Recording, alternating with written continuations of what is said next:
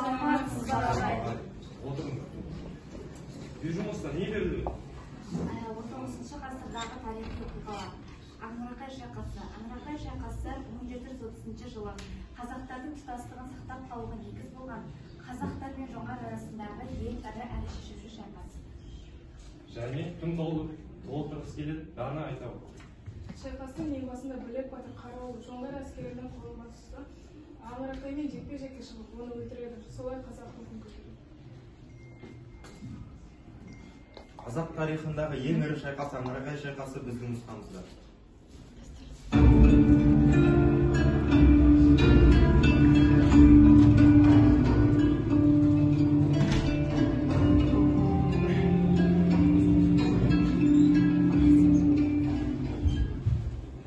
Алаштың алғалы билері, арқаның батырлары ел шетіне жау шапты. Жау шапты деймін. Біреуің хабарың жоқ, біреуің мүлдем бейхабар. Осындайда барлығына өзім араласым қажет. Жоқ әлде сен білесің жау шапқанын? Білмейсің. Сен болса да білмейсің. Осындайда көмектесетін бір қолбасшы да жоқ. Ертең бас сақанды тіресе ұят емес пе? Бізге мықты жоспар керек. Сен барда шекараны күзет. Жаудың қарасы көрінсе хабар бер. Қамдан айт. Құп болады.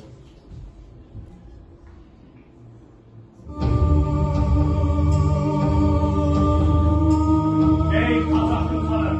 Ойбай, Мен жоңғар елінің елшісі Қарғынтарың болам. естейін. Естейін. Датым ба, елімізге жау шапты. Датың сенен бірінші келді. Кеп қойды ма? Сол айтайын ғой, негізі сол айтайын деген негізі.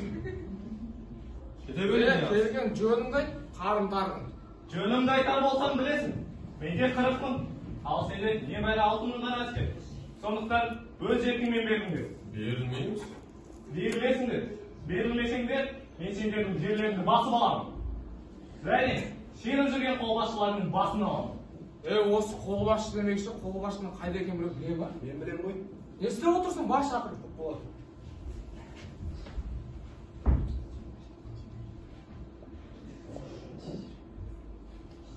Өзі келсін жатыр.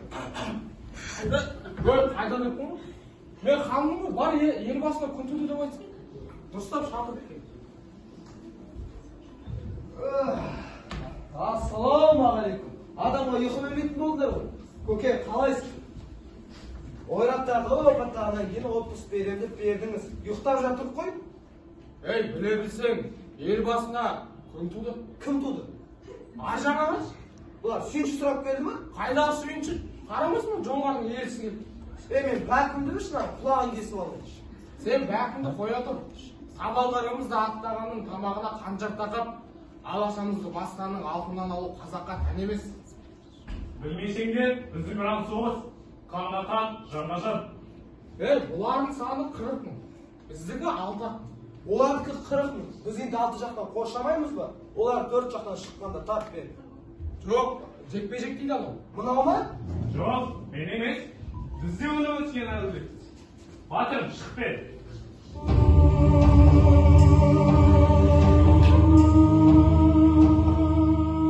Ой, біраз емек керек қой. Батырым, біле білсең, мына бүкілі саған үміт артып отыр. Намысты қолдан бермес. Болды ма, қане, мойныңыз балам.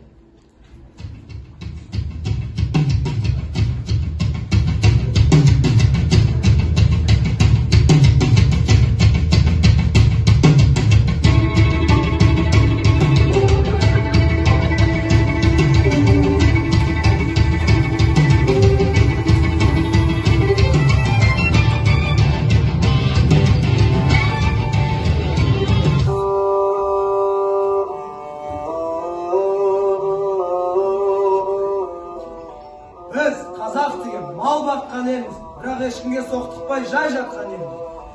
Елімізден құт-береке қашпасын деп, жеріміздің шетін жау баспасын деп, найзаға үкі таққан елміз. Ешбір дұшпан басынбаған елміз. Басымыздан сөзді асырмаған елміз. Түсіндіңдер ма? Түсіндік. Бір қателігіміз кешіріңіздер. Жеңіс құтты болсын, қазақ елі.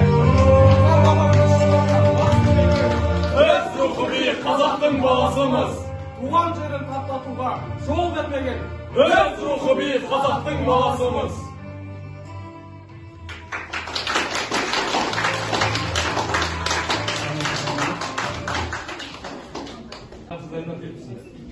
Ал бүгінгі сауалымыз тақырыбы ол 20 ғасырда болған тарихи оқиғалар. Нақты айта келсек, ол Ұлы Отан соғысы. Ұлы Отан соғысын мен сендерге былай түсіндіріп кетейін.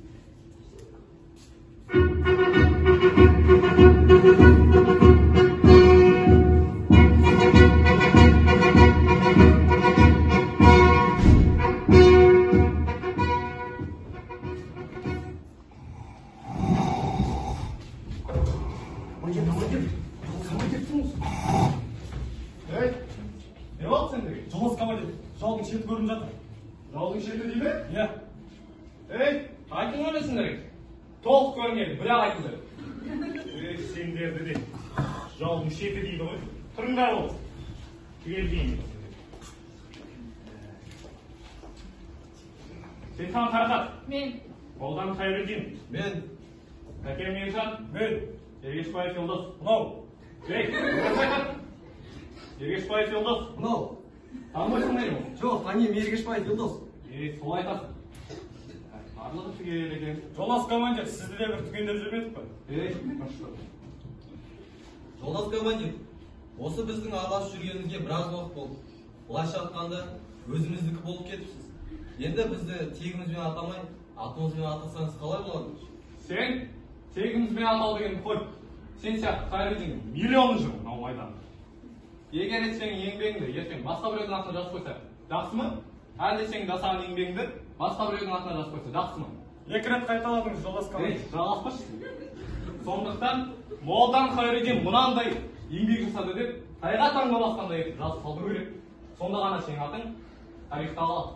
Сонда ертең мен, Тәкен Ержан тарихтан естеді деп жазады. Сонда ертең сені Тәкен Ержан командирына сөз жалғасып тұрғаны үшін өліп таяқ жетті жазып қалдыру керек. Ергешбаев Елдос. Мен. Қоймаға барды, қару-жарақтарды тез алып кет. Алып келем, бірақ тезіне жауап бере алмаймын. Ой, тұрмай, жүр.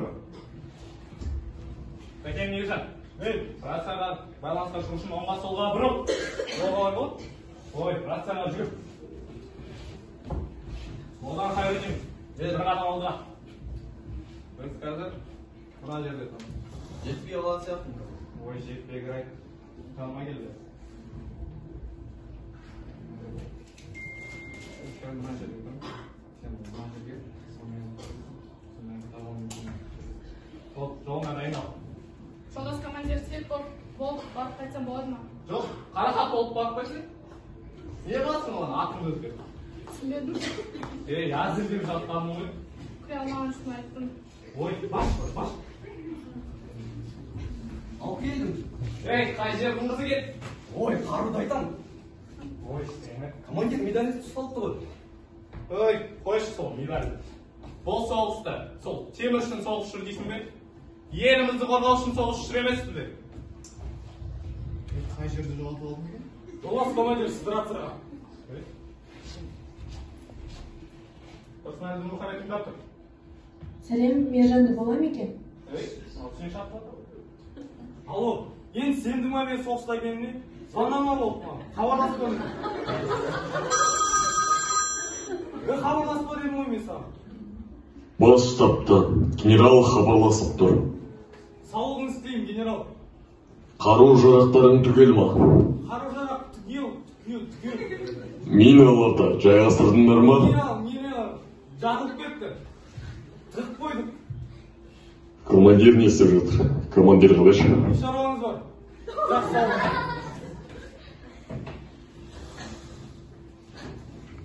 Жолдас командир, біз миналарды жасырып келдік. Көрінбейтін деп етіп қойдыңдар ма?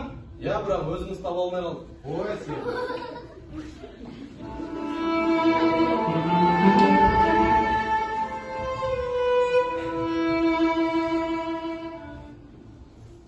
Қос, ауылымды сағынып кеттім. Білесің? Ауылымды сағынып кеттім деймін. Онда сен ауылың сағынғансың ғой? Үйленгеннен кейін бірден әскерге алып кетті ғой. Ой, соғылы. Онда сен алдын саған қаласың ғой? Ал мен үйде күтіп алады ешкім жоқ. Ой. Үйдегілердің арасынан Мен де бір ауылға барсам, қорамдағы бір атыма бір ауылымды аралайды. жолдас командир, мені де алып алсаңызшы. Саған орын жоқ. Артында әйелім бар. Алдына отырып алайын да? Алдында балам бар. Ат боламын мен. Командир, хат.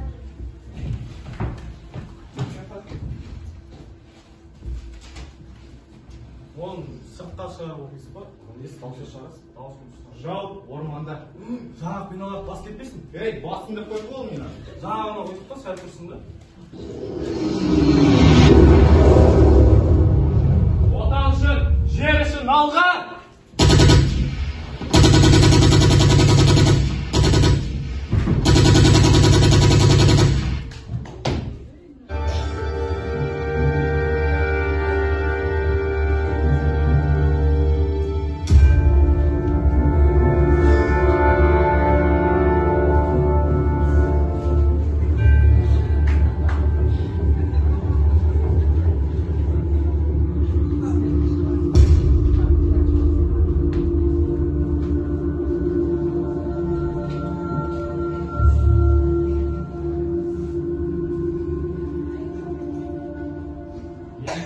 Сабағымызды қорытындылайық. Жалпы, әр ғасырларда түрлі өзгерістер болып жатыр. Хан дәуірі болсын, соғыс болсын. Әрқашанда қазақ елі жеңіп, намысты қолдан бермеген ел болдық. Біз қазір бейбітшілік елде, тәуелсіз елде өмір сүріп жатырмыз. Одан кейін де еліміздің дамуы, өркендеуі біздің жалынды жастардың қолында.